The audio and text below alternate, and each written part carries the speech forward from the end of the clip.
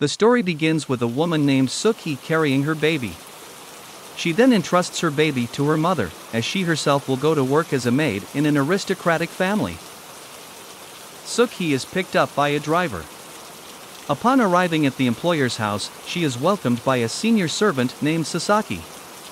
Then, Sasaki escorts her to her room, which is right next to the room of the employer she will serve. After escorting Suki, Sasaki left her. Curious, Suki peeked into her employer's room. However, she was startled by a knocking sound and suddenly heard screams from her employer, Hideko. She ran and tried to ask her employer what had happened. Hideko, her employer, said that her crazy aunt had hanged herself on a cherry blossom tree, and her spirit was now haunting. As Suki tried to look at the tree, suddenly Hideko screamed again, startling herself. Suki then tried to calm Hideko down. The next day, a prince named Fujiwara came to visit Hideko. He also met Suki.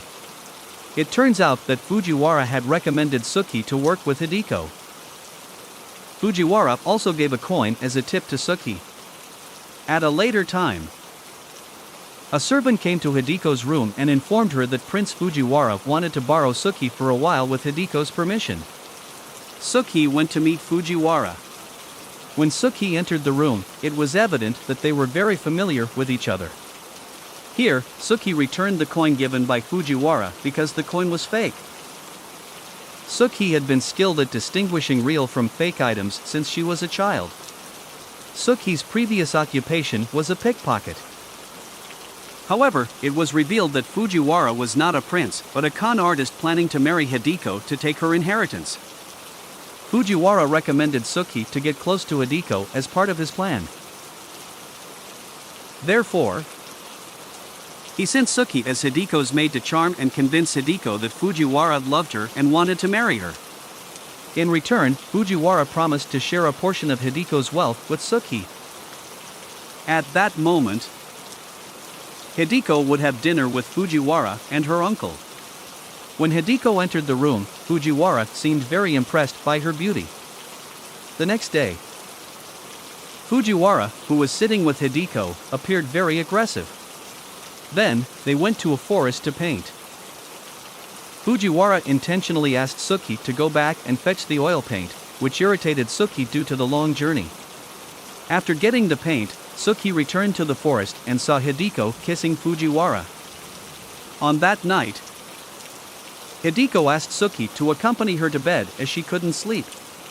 Hideko also shared that Fujiwara had proposed to her and asked her to elope to Japan. This is where Suki convinces Hideko to accept Fujiwara's proposal. However, Hideko stated that she had no feelings for Fujiwara. Then, suddenly, Suki took a piece of candy. Afterward, she gave the candy that was in her mouth to Hideko. Finally, that night they became intimate with each other. The next day, Suki witnessed Fujiwara doing something to Hideko that angered her. Fujiwara noticed Suki's displeasure and gave her money, telling her to leave. Initially, Suki accepted it, but then she changed her mind and returned the money. This infuriated Fujiwara, as Suki had disrupted all of his plans. He also threatened to tell Hideko that Suki was a pickpocket. Instead of being afraid, Suki retaliated and threatened to tell Hideko that Fujiwara was a farmer and not an aristocrat. Hearing this, Fujiwara became even angrier. That's when he grabbed Suki's hand and acted inappropriately. Suki, not one to stay silent, freed her hand and told Fujiwara not to be too forceful. She felt pity for Hideko. Before leaving, she also warned Fujiwara never to behave inappropriately again. On that night, while massaging Hideko, Suki mentioned that Hideko was lucky to have a man who could protect her. However, Hideko responded that she wasn't sure if she truly loved Fujiwara. To cut the story short, in the end, Hideko accepted Fujiwara's proposal on the condition that Suki must accompany them to Japan. The next day, While Uncle Hideko was away on a business trip for several days, Suki and Fujiwara swiftly executed their plan. Fujiwara intended to elope with Hideko. Several days passed, and ultimately, Fujiwara succeeded in acquiring Hideko's wealth. On the following day, Fujiwara brought a doctor from the mental hospital to pick up Hideko. Suki also assisted Fujiwara in making the doctor believe that Hideko was suffering from a mental disorder. However, to everyone's surprise, upon arrival, it was Suki who was apprehended and taken to the mental hospital. As it turned out, Hideko and Fujiwara had conspired from the beginning. Both of them had planned to trap Suki. The story then flashes back to the past. Since childhood, Hideko was taught how to read books effectively, including a book that contained various learning techniques. Because of this book, Hideko felt psychologically demeaned. Her aunt experienced the same, leading to her mental instability and tragic end on the tree in the house's yard. Sometime after her aunt's death, Hideko learned the truth that her aunt's demise was not a suicide, but a result of her uncle's actions. In the end, as an adult, Hideko met Fujiwara disguised as an aristocrat. However, Fujiwara consistently failed in his attempts to charm Hideko. Reluctantly, the two of them agreed to plan something malicious. At first, Hideko hesitated out of fear of her stern uncle. However, they found a way to ensure the plan went smoothly. Hideko eventually agreed. Then, we are shown a scene from when Suki first started working at Hideko's house. It turns out, in secret, Hideko attempted to do something tragic. However, Suki arrived just in time and saved Hideko.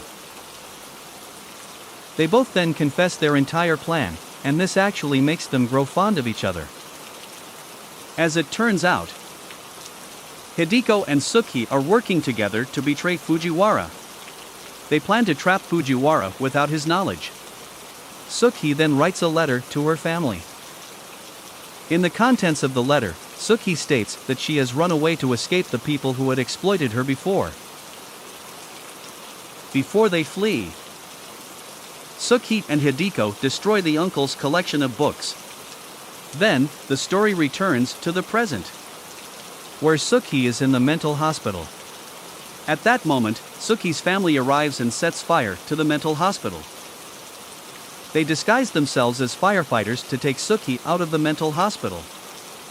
Meanwhile, on the other side, Hideko successfully incapacitates Fujiwara by mixing something in his drink. Afterward, Hideko takes all of Fujiwara's belongings and escapes. Suki, who has exited the mental hospital, meets Hideko. Before they flee, Hideko creates a new identity and disguises herself as a man.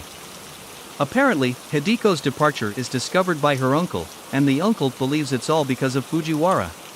Fujiwara, who had just regained consciousness, was immediately captured by Uncle Hideko's henchmen.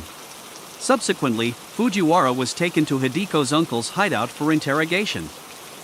During the interrogation, Fujiwara pleaded to smoke one last cigarette. However, the cigarette had been laced with poisonous gas, causing them all to perish right then and there. On the other side, Hideko and Suki are now on a ship, ready to go far away. Suki and Hideko are finally free. They celebrate all of this by engaging in activities they enjoy until both of them are satisfied. Then, the story comes to an end.